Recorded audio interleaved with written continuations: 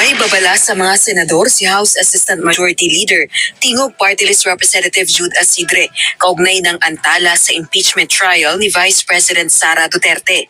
Ito ay matapos ipahayag ni Senate President Francis Cheese Escudero na posibleng pagkatapos na ng State of the Nation Address o SONA ni Pangulong Bongbong Marcos Jr. sa Hulyo, mag-umpisa ang impeachment trial ni VP Duterte.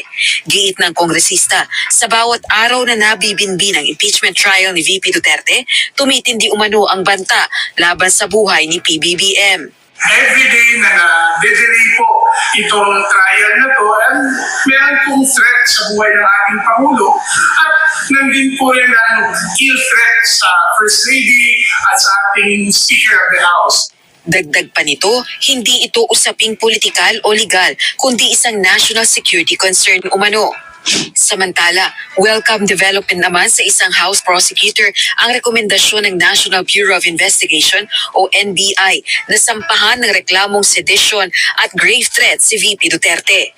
Kabilang sa articles of impeachment laban sa Vice Presidente ang pagsira sa tiwala ng publiko, paglabag sa ligang batas at pagsagawa ng high crimes dahil sa pag-contract umano ng assassin para ipapaslang sina Pangulong Bongbong Marcos Jr., First Lady Lisa Araneta Marcos at House Speaker Martin Romualdez sa isang live broadcast.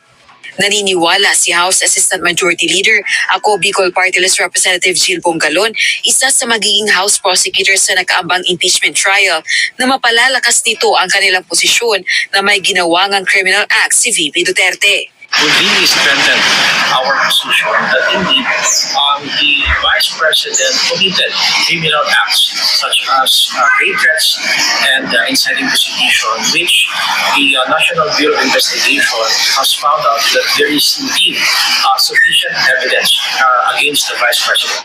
Giit naman ng isa pang kongresista, hindi maitatanggi ni VP Duterte ang pagbabanta dahil may matibay na ebidensya laban sa kanya. Expected po talaga yun kasi hindi ko nga po alam kung paano nila may deny yun kasi kitang-kita po, naka-live, meron pong video.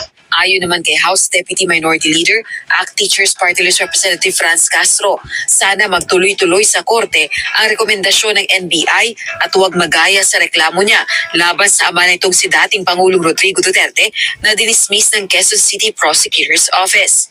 Ayon naman kay retired Supreme Court Associate Justice Adolfo Ascuna, isa sa mga bumalangkas ng 1987 Constitution, maaari pa ring maharap sa criminal complaint si VP Duterte sa kaparehong batayan o ground kahit pending pa ang impeachment proceedings laban sa kanya. Iba naman yung criminal case.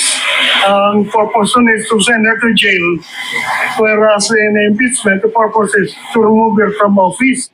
Rosalie Coz, UNTV News and Rescue.